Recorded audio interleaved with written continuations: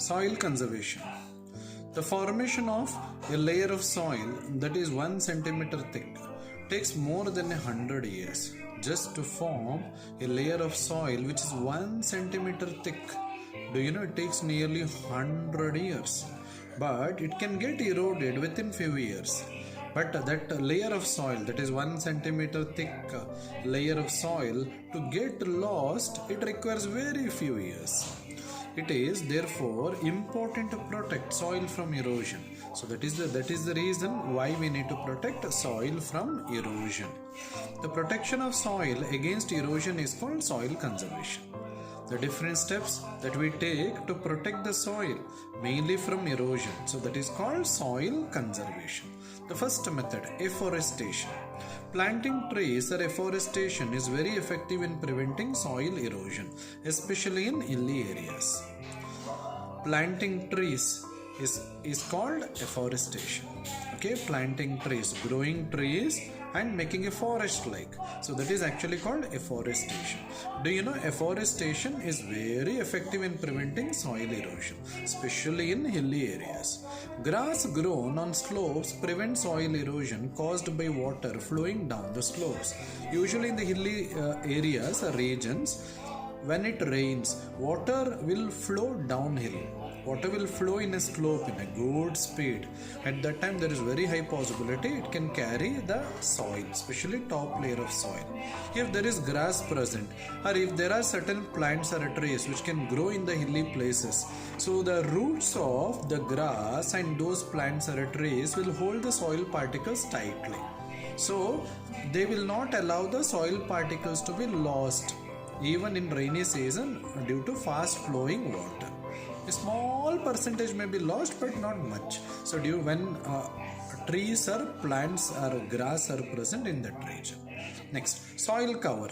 After a crop is harvested and before the next crop is sown, the soil remains bare. The soil can be easily eroded by wind and water. To prevent this, farmers either grow grass or cover the land with dried vegetation. You might have observed this.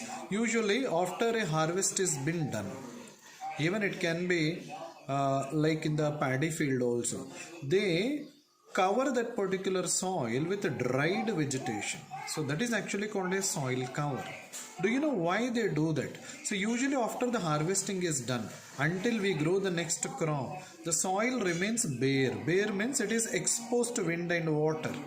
Suppose if there is unexpected rain, so if there is a strong wind, they may carry the soil particles because it is not being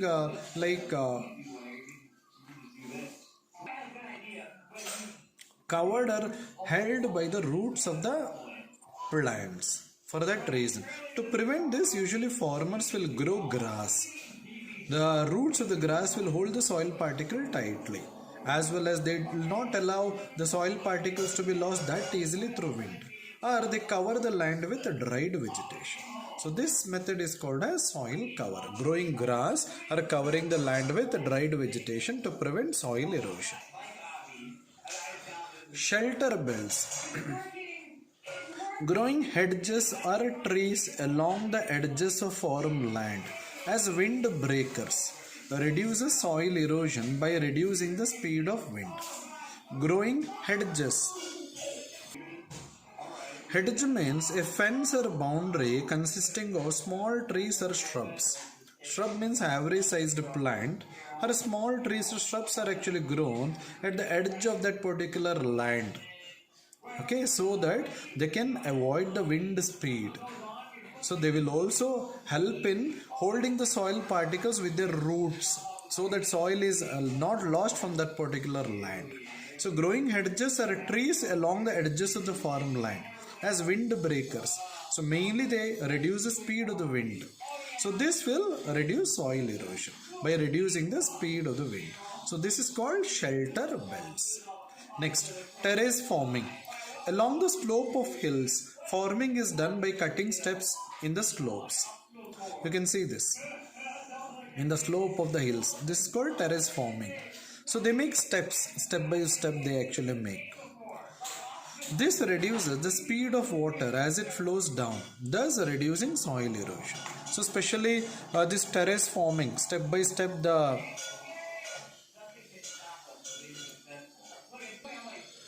plants are grown on the steps here. The slope of the hill is divided into steps. It is made into steps so that water flow can be reduced. Even water will be absorbed well by the soil. The soil eroded from one step is deposited on the next step.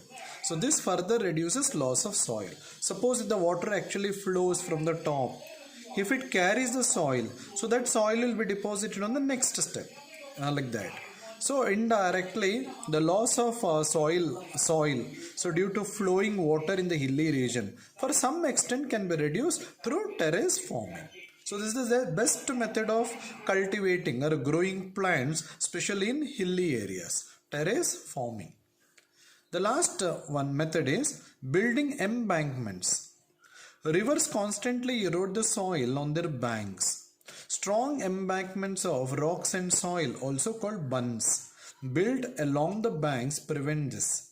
High bunds can also prevent erosion of soil on land by preventing flooding. You know what are river banks? The edges of the river. Usually when the river water level increases, there is very high possibility